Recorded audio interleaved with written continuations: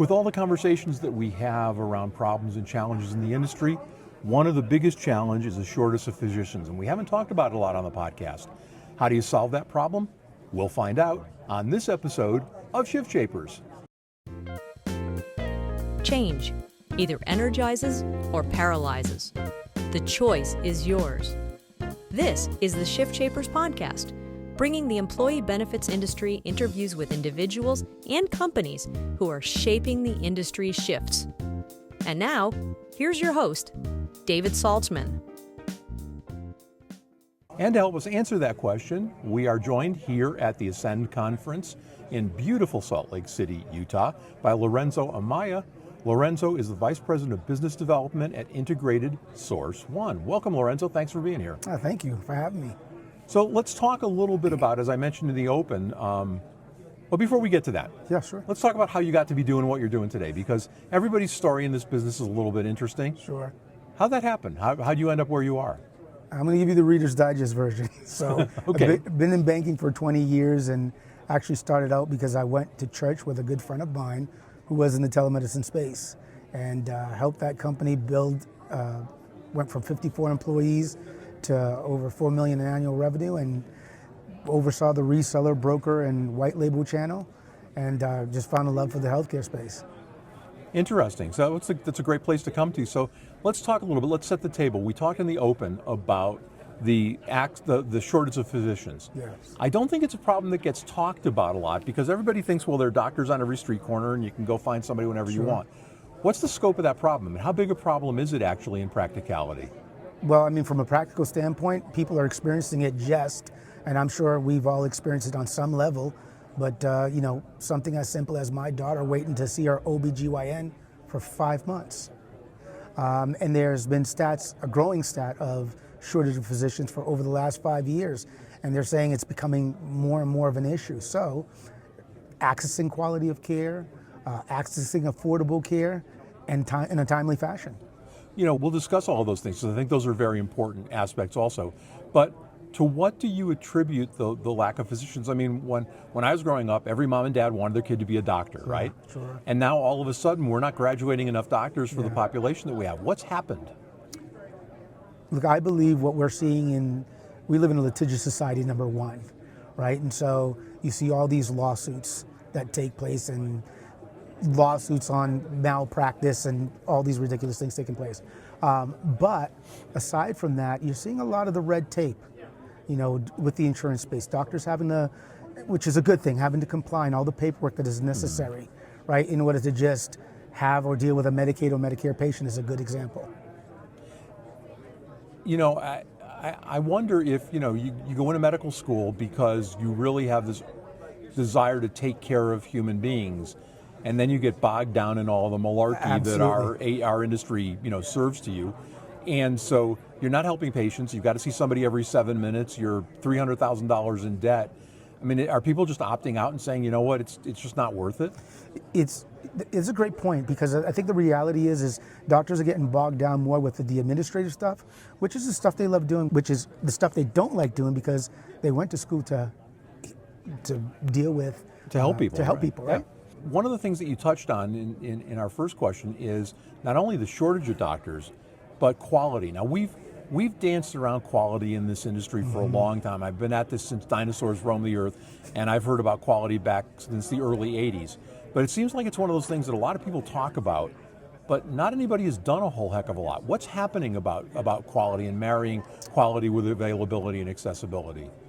The industry is experiencing, when we talk about quality of care, is that now with limitations on the care that you're given, doctors are giving X amount of dollars. If you can't deal with that with the patient, then you need to figure out, and it comes out of the physician's pocket, right? So here, now we're saying, okay, I run lab work, I run an MRI, and when that's not sufficient, what else is needed to do in order to make sure that patient's gonna come back, right, with a healthy profile? When I say that, is like, have I taken all the necessary steps to make sure I can diagnose this patient and treat them properly? How do you, are there objective metrics by which you can judge quality, one provider to the next? I mean, it varies, right? If you're going to a cardiologist versus a urologist, or whether you're going to a diabetic specialist, a urologist, then all those things come into play. So this shortage of physicians, is that kind of what you mentioned that you were involved in telehealth early on? Is that kind of what gave rise to the need for telehealth? Was both the lack of physicians in general and accessibility? I believe it did, because it realized that we could do more virtually than we ever anticipated. And shockingly enough, even though telemedicine has been around for 20 years, it really didn't blow up until after COVID. And then after COVID, we saw the great response to virtual primary care. So to help flatten the curve of the COVID virus, they were saying, okay, keep people going into the hospital where there's other sick people. And so what they allowed people to do to flatten the curve is they said, okay, so long as I'm having this continuity of care with the same physician, you mean to tell me that I can go and get my chronic care medication refilled that I've been getting for the last 5 years virtually for 10 minutes, instead of taking 2 hours off of work, sitting in the doctor's office, have my high blood pressure go up because my appointment was at 12 and it's 1 o'clock and I haven't still seen my doctor? Mm-hmm. And we've certainly all been there, and sure. It's not a fun place to be. For sure. Do you think that some of the pickup on telemedicine was generational? I mean, we've now got adults who were the first generation born with smartphones in their hands. Sure. I remember years ago we had flip phones and T9 dialing. Anybody who's old enough to remember T9 dialing should probably be thinking about retirement about now. But was that part of it? I mean, are they more amenable? Is the younger generations more amenable to doing things via the phone? Absolutely.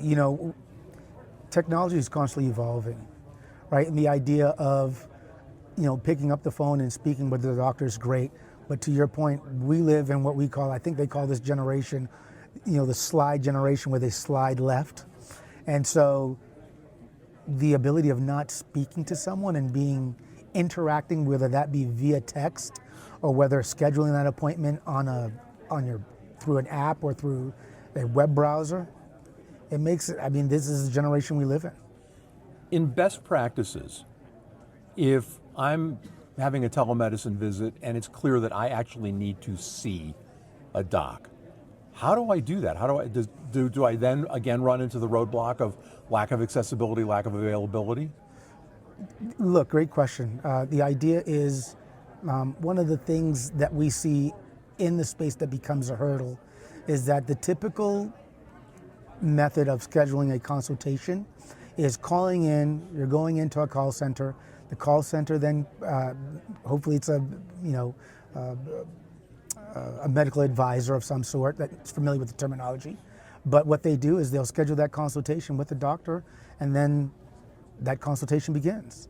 To answer the question that you were asking, it makes it easier when you can mimic that of a brick and mortar. And when I say that, walk into a hospital, walk into a physician practice, the receptionist checks you in, but the nurse is the one going in, taking all the triage information, prepping you for the doctor. When the doctor comes in, he just literally confirms what the nurse says, and the rest is over. Now, I know one of the ways that some employers have tried to solve this problem, to unravel this, is by doing on-site and near-site and even bringing in mobile clinics. Talk a little bit about that. I mean, what kind of an employer decides that they want to do something like that? Look, it's not a one-size-fits-all. And when we look at adding or putting, when you're looking to putting in an on-site, near-site, or mobile clinic, it really depends on the pain points that employer is experiencing at that time. So we would assess, or I'm trying to say, I know you, every client is assessed differently. So we build the box as opposed to putting that client into a box and having them say, this is what we have to offer, and moving forward. And now, a word from our sponsor. You're not just an advisor, you're a game changer. Forget cookie cutter off-the-shelf solutions. That's yesterday's news.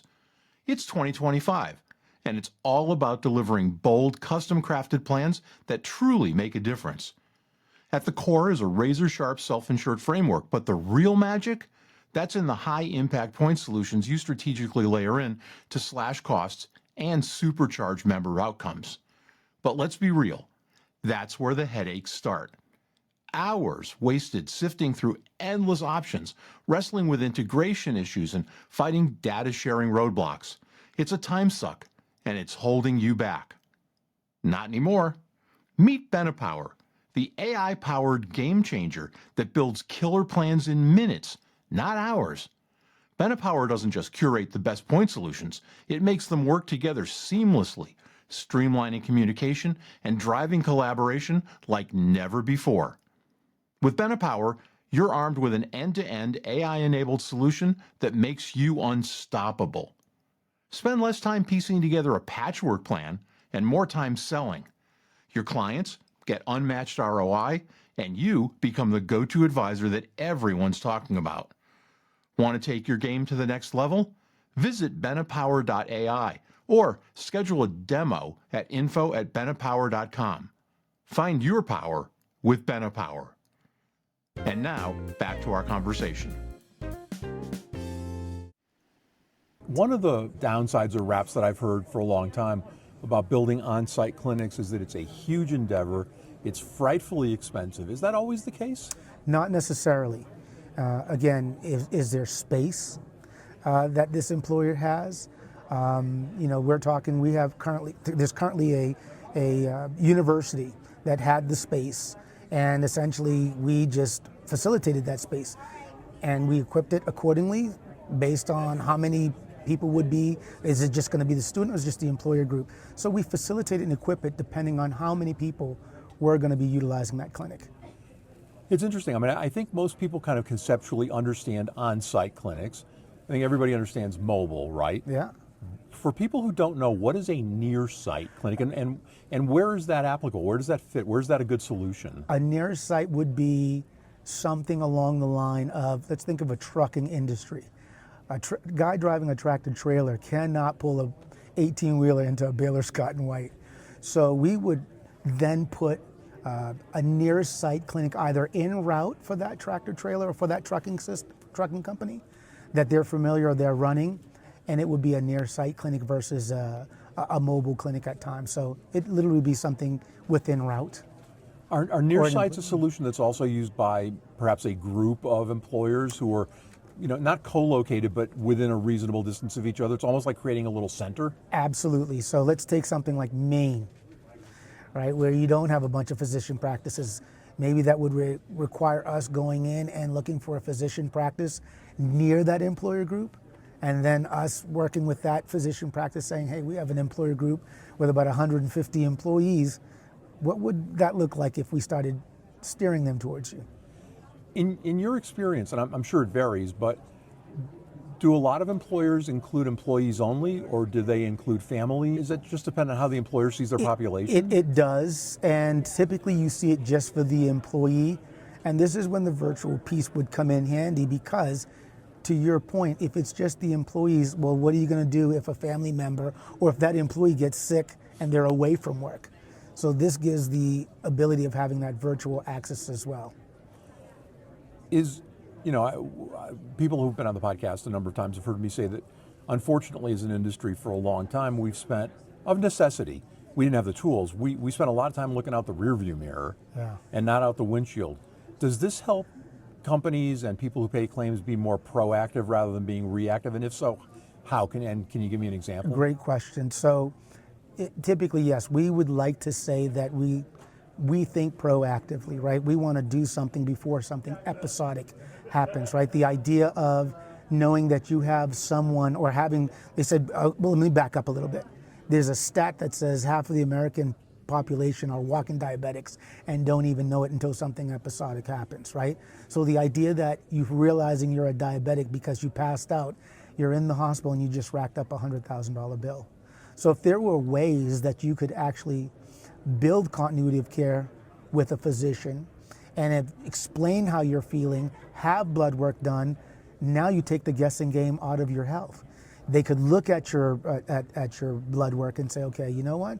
Your insulin levels are high, or these are out of range, and now you can do something proactively about your health before something episodic happens. Absolutely. So I'm a benefit advisor. How do I start having this conversation with the groups that I serve? I think it's we fit in, and the good thing is we're not insurance, right? We could be added at any given time. So there's no open enrollment or any special time. We're not, can be bolted on in any, onto any plan. These conversations are great because everyone talks about reducing costs and mitigating risk, but that only really happens if you can keep the employee out of the ER. What are you going to do when that face-to-face is required? So the ability of having that urgent care accessibility is great. The ability of having that virtual primary care accessibility is great. But when that face-to-face is needed, because x-rays you cannot do virtually, sutures aren't going to be done virtually, so we can now steer that individual towards a doctor network to make sure that they get the proper care they need at an affordable rate. And as the advisor for this firm, do I have to do a lot of employee education? Is that changing? Is it becoming a more normal part of what employers offer, or how do I have to get to employees to get them to utilize these services? That's a great question, and it really boils down to, look, we always talk about utilization in this industry, right? And utilization is only going to be good as awareness and education. So it's making the employer as well as the employee know not only how the plan works, but when and how to use it. Do they do this with an app, or do they do this over the phone, or do you try to meet them wherever they are? We meet them on site. So many times we go on site educating, and that would be anywhere from going in person. Anytime a new group is coming on, we make an effort to be there during that open enrollment to make sure they're educated properly. But then we have Zooms that we can educate not only the HR, but we can educate the employees as well. Well, that's an interesting question. How does this sell to HR folks? Do they see it as one more thing they have to deal with, or do they see it as generally speaking, as taking a problem off their plate? I would like to see it as an advantage, is where we kind of work with the HR person because they're juggling so many balls and they're trying to keep them from hitting the ground. Yes, we work with HR to make sure that this is seamlessly integrated into their plans. So put on your crystal ball and, think a few years down the road. What are the inroads that these kinds of services have made, and where do you see it going? I think having the ability to have quality of care, the accessibility to the care, affordable care. What I didn't know when I got in this industry over 7 years ago, I didn't know that many of these urgent cares were owned by VCs. Was not aware of that until 10 years ago. When you have a practice that's ran by physicians and not VC, the love and the quality of care that an individual gets is different from just a bottom line. Tell me about that. How might that manifest itself if I'm a patient? Well, look at it this way.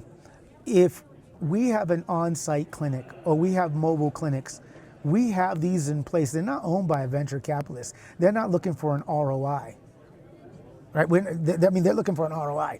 I apologize. For us being in this space, when we create these clinics, we're making care accessible. Right? Whether that be in a rural area, whether it be on-site, whether it be near-site, whether it be mobile, we're making it just care accessible. We haven't talked about that a lot. I mean, do you see a lot of play in underserved areas? Absolutely. I mean, a lot of it has to do with, just building a facility and the cost of erecting a facility, and then the structure of having the infrastructure for having, the internet. And so many people don't have that accessibility of, as we take for granted, just opening up your laptop and having a video consultation. Most people don't have that. So the idea of just going in and physically seeing a physician, it's still a good thing. Why, in your opinion, why is this a better solution than urgent care? Is it that rear view mirror windshield thing again? Yes, absolutely. Right. And by the way, there's a stat right now that states more than 80% of urgent care visits can be handled virtually.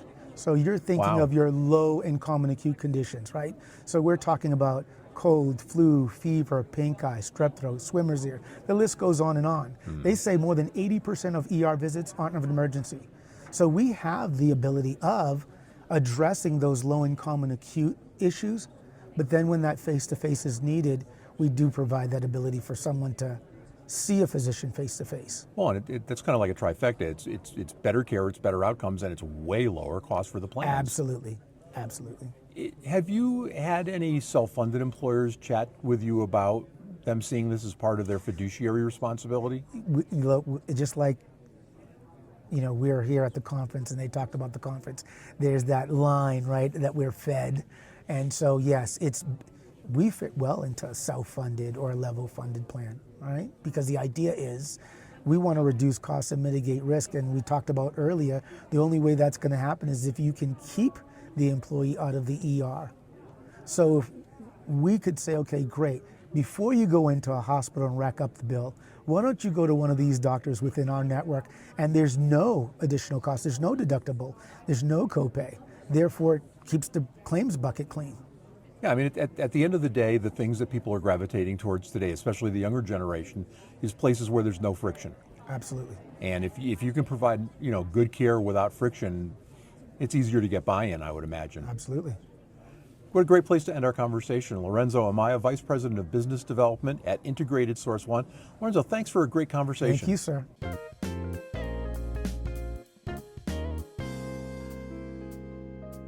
I want to give a quick shout out to our sponsor and our producer, Hatcher Media. Hey, if you need podcast production or professional graphic design, Josh Hatcher's the expert to contact. For more information, visit him at hatchermedia.net. That's HATCHER media.net. This ShiftShapers podcast is copyrighted content and may not be reproduced in whole or in part without the express written permission of ShiftShapers Solutions, LLC. Copyright 2024.